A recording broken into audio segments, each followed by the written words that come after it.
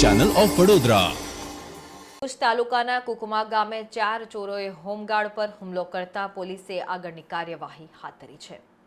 ભુજ તાલુકાના કુકમા ગામે આવેલા સોનલ કૃપા સોસાયટી વિસ્તારમાં 4 ચોર નીકળતા તેમને પકડવા જતા હોમગાર્ડ સભ્યોને બટકા ભરી પથ્થરના છૂટા ઘા કરી હુમલો કરતા કુકમા યુનિટના 3 હોમગાર્ડ સભ્યોને ઓછી વત્તી ઈજાઓ પહોંચી હતી।